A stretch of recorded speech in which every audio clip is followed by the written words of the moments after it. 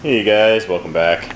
Well, figured I'd give a little bit of an update of what's kind of been going on with this for those who have been following. I'll get right down to it.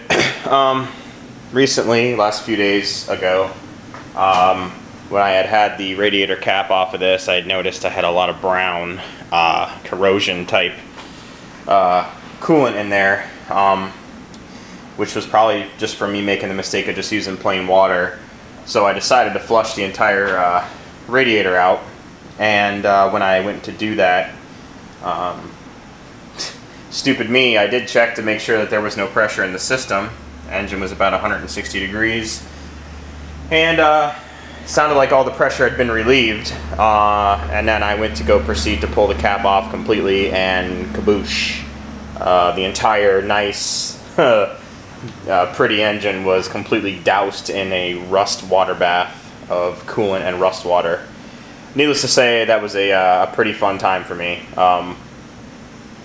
Not really so much that I did any damage, but just the fact of all the shiny stuff that is, you know, kind of controversial with the engine. It still is expensive, and I don't want to just treat it like crap. So set me back in having to pretty much scrub this thing from top to bottom and repolish a lot of the aluminum, because when it was hot and it got that water on it, it caused water spots. So that's kind of what is going on here. I'm basically just kind of in the middle of repolishing this and bringing the shine back on it. So good times there.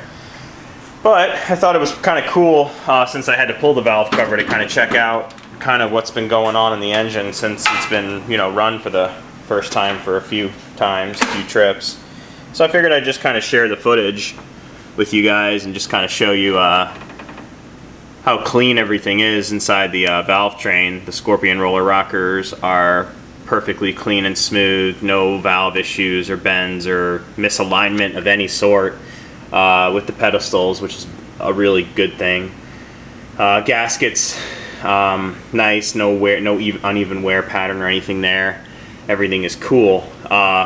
Still got my share of cleaning to do on these components up here, but that's okay, I'll get to it.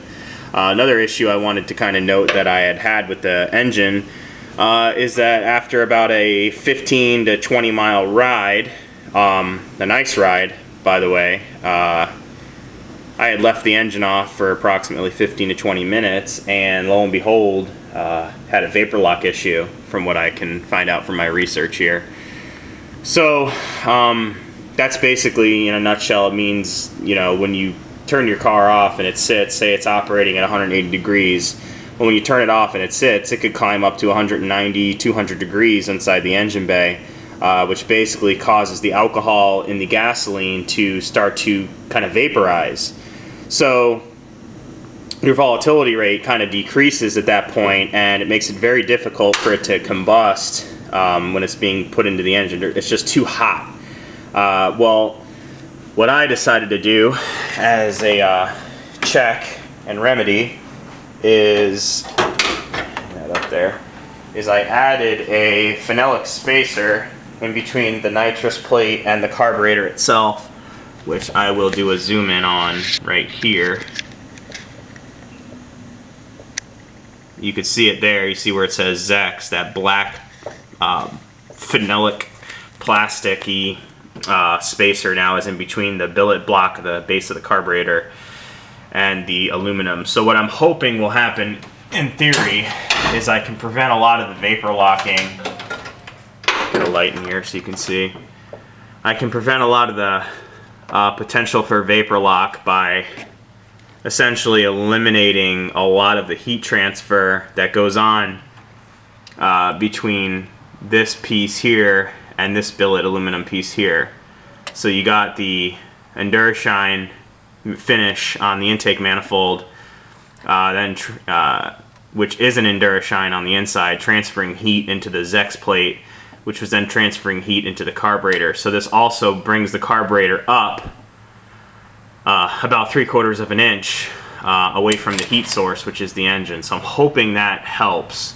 My fuel line is spaced pretty far away from the engine, in my opinion. I mean, like, the only really place I could put it is in front of the belts, which is a bad idea. And it's also up off of this area here, considerably. So I'm hoping that's where my vapor lock kind of happened. But I will, of course, provide update once I road test. Other than that, you'll notice that the anybody that's really paying attention to details is this fuel gauge has been replaced with a liquid-filled Mallory style fuel pressure gauge. I had this style on it before, which is your typical Mr. Gasket gauge, and it just was bouncing all over the place, and I wasn't able to get an accurate, I want to get a precise, exact fuel pressure reading because I'm having some carburetor tuning issues, which, if Tyler, you've made it this far in the video, I like to reference to you a lot because you're an awesome mechanic and I kind of look up to you. You're known as the Quadrajet carburetor god around the internet. I don't know if you know much about Holleys, and I know you kind of, well, don't really frown upon them, but that's what I have here. So this is a 600 or 650. I can't remember what comp. It's recommended by Comp Cam, so whatever that CFM recommendation was. But I don't know. I'm having a hell of a time getting this four-corner idle set up and mixing properly. It was running real good for a while there, and then before I really researched vapor locking, I decided to kind of tweak them a little bit, and when I decided to get in there and start tweaking them, I think that's when I did more damage than good. So I twisted the four-corner idle all the way down. I bottomed them out lightly, backed them off 2 full turns on all 4 corners, just like Holley recommends, and I did a start on it. It's just real rough and churmy. I don't know if that's the word, but it's just a choppy run. So that's kind of what I'm into next, and I'll get it. It's just one of those things where it takes time and patience. So one bite at a time. That's what's been going on. What I'm gonna do now. Oh yeah, I will note another thing too, with as far as coolant and operating temperature. This motor was operating right around 185, 190 degrees ish, which is a little hot in my opinion. And a lot of the problem that I have noticed since the radiator fluid explosion is that I had pretty much this halfway with coolant, almost a 50-50 coolant to water mix. And the more coolant you have in a hotter climate, actually, the hotter the engine actually runs. And I didn't understand that at the time when I had filled it. So when I had just currently just put straight water in here for now while I was doing my flush, I noticed that I had a beautiful operating temperature right at 178, 180 degrees cruising down the road, which is perfectly ideal for this motor. So what I'm going to do is over here, this is what I'm going to kind of run with. I think I'm going to run with a 20% mixture of Prestone, which is just straight coolant, and then I'm just going to run the rest with freeze tone. Now, I'm also up to input and advice from anyone that's kind of watching, but that's kind of what I'm going to do, because this is supposed to be just it's just a replacement for water, and it's a non-corrosive.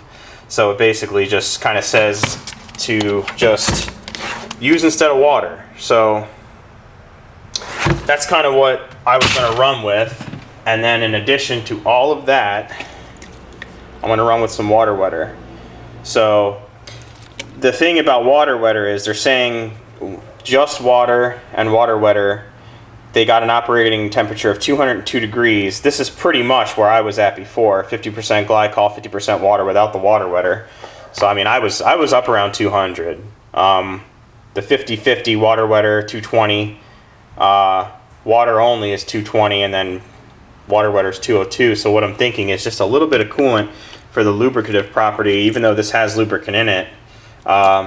And then the rest that in lieu of water with the water wetter. How many times can I say water in one video? So I don't know if you guys have any other suggestions behind that. Let me know. I'm open to suggestions, because this isn't going to be driven around for a little while here while I sort all this out. So off of the exhaust issue and on to the next, which is fuel delivery, carburation, maybe even a little bit of timing in my future. So that's the saga of the Mustang, and if anything else goes on with it, I of course will do a video of it instead of just kind of not really documenting anything and then getting flack for not keeping my channel up to date. So thanks again for watching, guys. Later.